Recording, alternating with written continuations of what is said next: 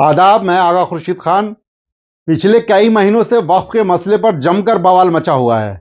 इसके बाद सभी मुस्लिम संगठन एक साथ एक मंच पर आकर जंतर मंतर पर इस बिल का जमकर विरोध किया, जहां Samajwadi party, Congress party, TMC समेत कई अन्य दलों के सांसद और नेता शामिल हुए और इस बिल के विरोध में अपना समर्थन दिया। इस दौरान नौजवानों के साथ भारी तादाद में उलेमा, महिलाएं, बच्चे और बुजुर्गों ने अपनी हाजिरी देकर इस लड़ाई को मजबूती देने की कोशिश की। इसके बाद जब जमीयत उलमाए हिंद के अध्यक्ष मौलाना अरशद मदनी ने कहा कि खुद को सेकुलर कहने वाले वे लोग जो मुसलमानों पर हो रहे अत्याचार और अन्याय पर चुप हैं और मौजूदा सरकार का हिस्सा बने हुए हैं, उनके खिलाफ जमीयत उलमाए हिंद ने सांकेतिक विरोध का फैसला किया है। इसके तहत अब जमीयत उलमाए हिंद ने ऐसे लोगों के किसी भी कार्यक्रम में हिस्सा नहीं लेगी, चाहे वह इफ्तार पार्टी हो, ईद मिलन हो या अन्य कोई आयोजन हो। जमीयत उलमाए हिंद के अध्यक्ष मौलाना अरशद मदनी ने कहा है कि देश में इस समय जिस तरह के हालात हैं और खासकर अल्पसंख्यकों के, विशेष रूप से मुसलमानों के साथ जो अन्याय और अत्याचार किया जा रहा है, वह किसी से छुपा नहीं है। लेकिन यह बेहद दुर्भाग्यपूर्ण है कि खुद को सेकुलर और मुसलमानों का हमदर्द बताने वाले नेता, जिनकी राजनीतिक सफलता में मुसलमानों का भी योगदान रहा है, वह सत्ता के लालच में न केवल खामोश हैं बल्कि अप्रत्यक्ष रूप से अन्याय का समर्थन भी कर रहे हैं।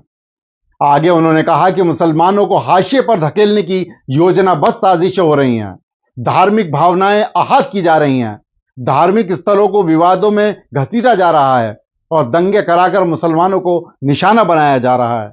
इन घटनाओं पर यह भी तथाकथित सेकुलर नेता आंखें मूंदे हुए हैं।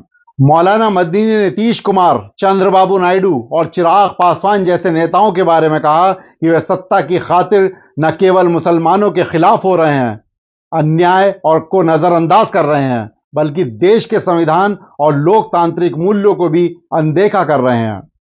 मौलाना मदनी ने कहा कि वक्फ संशोधन बिल पर इन नेताओं का रवैया इनके दोहरे चरित्र को उजागर करता है।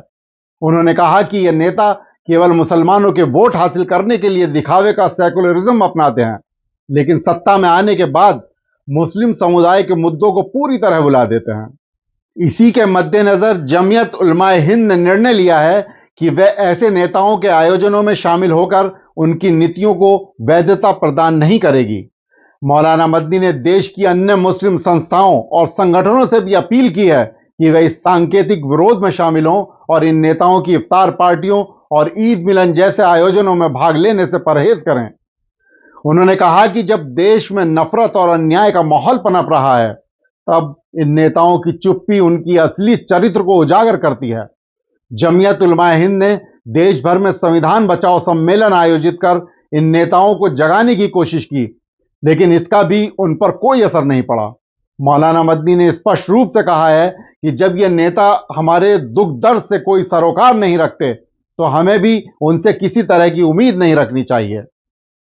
अब समझने वाली बात यह है कि मौलाना अरशद मदनी के बयान के बाद कहीं ना कहीं राजनीतिक गलियारों में उथल पुथल देखने को मिल रही है।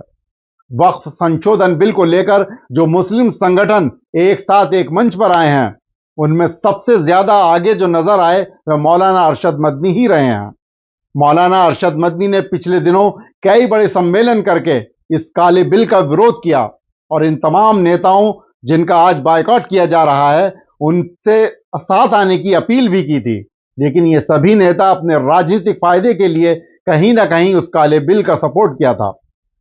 वक्फ का मसला किसी तंजीम या किसी एक इंसान की लड़ाई नहीं है, बल्कि यह हम सब की लड़ाई है। समझने वाली बात यह है कि आखिर सरकार क्यों हमारी जमीनों को जो लोगों ने अल्लाह के नाम पर वक्फ कर दी हैं, यानी कि अल्लाह के नाम पर दान कर दिया है, उन पर सरकार नजर गड़ाए बैठी है। जिस तरह से जंतर मंतर पर तमाम मुस्लिम संगठनों ने all India personal law board के अपील पर एक मंच पर आकर इस काले बिल का विरोध किया और यह संदेश दिया कि सभी मुस्लिम संगठन एक साथ इस लड़ाई को लड़ेंगे, इससे यह साफ होता है कि यह लड़ाई सभी मुस्लिम संगठन मजबूती के साथ लड़ रहे हैं। अब आगे आने वाले दिनों में देखने वाली बात होगी कि किस तरह से सरकार का रवैया इस बिल को लेकर होता है। मौलाना अरशद मदनी के इस फैसले को लेकर आपकी क्या राय है, हमें कमेंट्स बॉक्स में जरूर बताएं। शुक्रिया।